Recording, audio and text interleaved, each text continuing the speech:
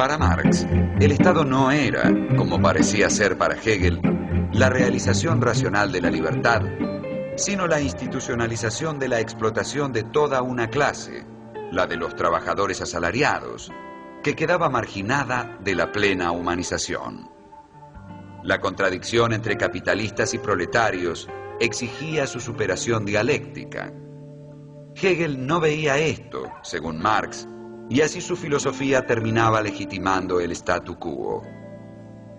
Sin embargo, no se trataba de rechazar a Hegel, sino de hacerle asentar firmemente sus pies en la materialidad de lo real, utilizando precisamente el principal descubrimiento hegeliano, la dialéctica.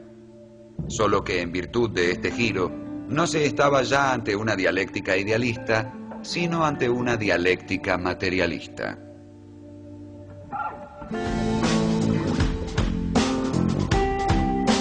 En 1844, Marx se instaló con su esposa en París, donde intentó vivir de sus colaboraciones periodísticas a diversos periódicos y revistas.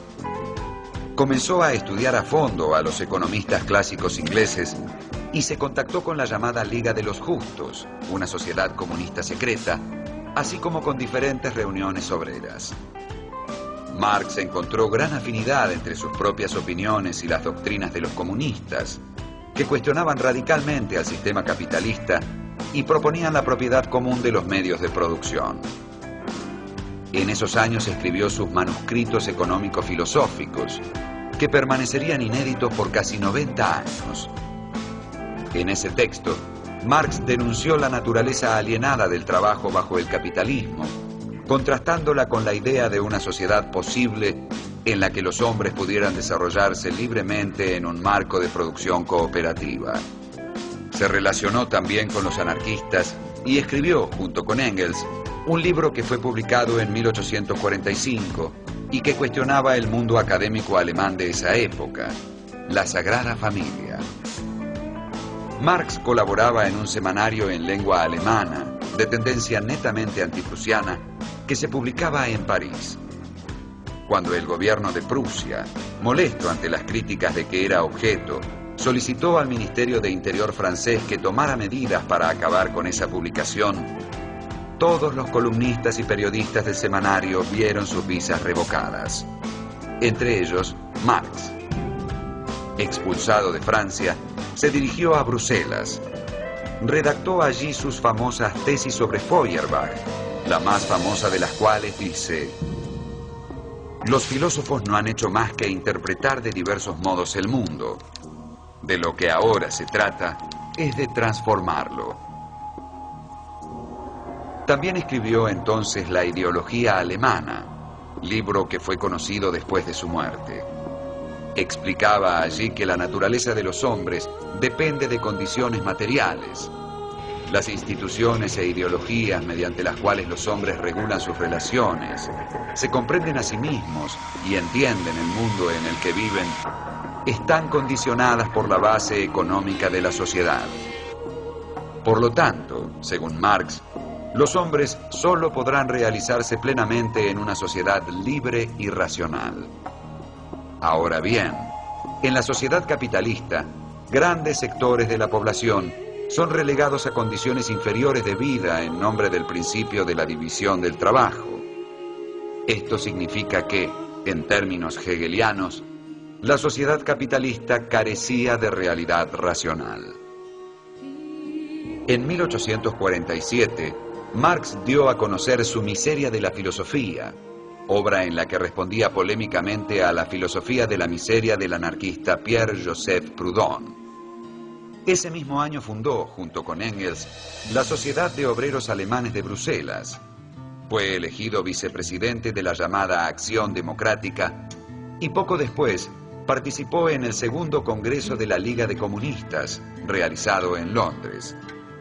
Se le encargó entonces redactar, junto con Engels, un manifiesto. Ese texto, el Manifiesto Comunista, fue publicado en febrero de 1848.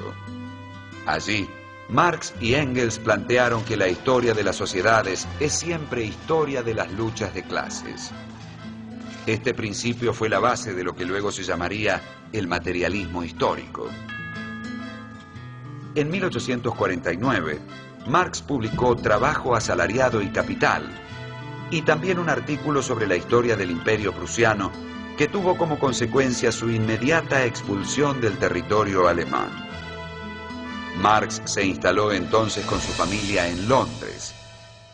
Como inmigrante irregular, no podía acceder a un trabajo estable, y su única posibilidad de subsistencia consistía en escribir artículos para diversos periódicos. En 1859 publicó, como primera parte del trabajo proyectado, su contribución a la crítica de la economía política, obra que tuvo una buena recepción y en la que Marx expone que el estadio histórico que denominamos capitalismo debe ser superado en virtud de su radical irracionalidad.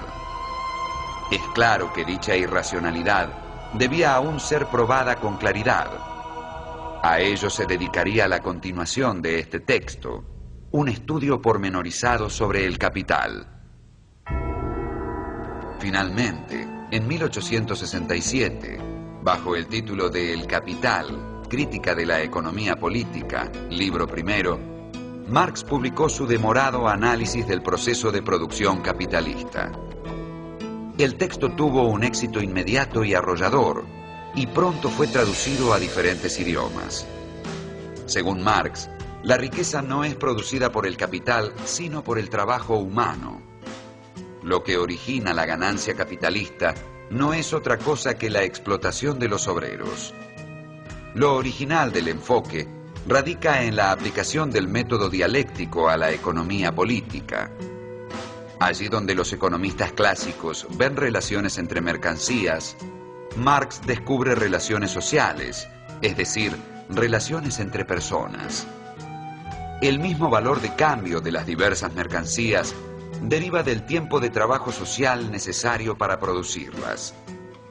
El uso del dinero y la cuantificación del valor de los artículos sugiere lo que Marx llama fetichismo de la mercancía, y que consiste en adjudicar a las cosas valores como si fuesen sus propiedades naturales, olvidando que toda valorización se resuelve en las mutuas relaciones de los seres humanos como productores y permutantes de bienes. Esa falsa conciencia que no ve más que relaciones entre cosas, encuentra una particular expresión en la cosificación y venta de la fuerza de trabajo. En este simple hecho de considerar la fuerza de trabajo como una mercancía entre otras, que puede ser comprada y vendida en el mercado, consiste la explotación capitalista. Al vender su fuerza de trabajo, el asalariado recibe a cambio una cantidad de dinero igual al costo de su subsistencia y de otras necesidades que pueden variar históricamente. El propietario de los medios de producción paga esa suma y adquiere el derecho de utilizar la fuerza de trabajo del obrero, apropiándose del excedente de valor creado. Si, digamos, la mitad de la jornada de trabajo corresponde al valor de los productos necesarios para reproducir la fuerza de trabajo, la otra mitad es trabajo no pagado y apropiado por el empresario. Marx muestra que la producción de la plusvalía en el capitalismo solo es apropiación de trabajo no pagado. Ese trabajo excedente no pagado se va acumulando una y otra vez por la clase capitalista en forma expansiva. De hecho, el capitalismo puede ser definido como un sistema en el que el único objeto de la producción es aumentar sin límite tal acumulación de capital, en vez de satisfacer las necesidades de la comunidad. Aquí se encuentra precisamente la esencial irracionalidad del sistema capitalista que Marx revela.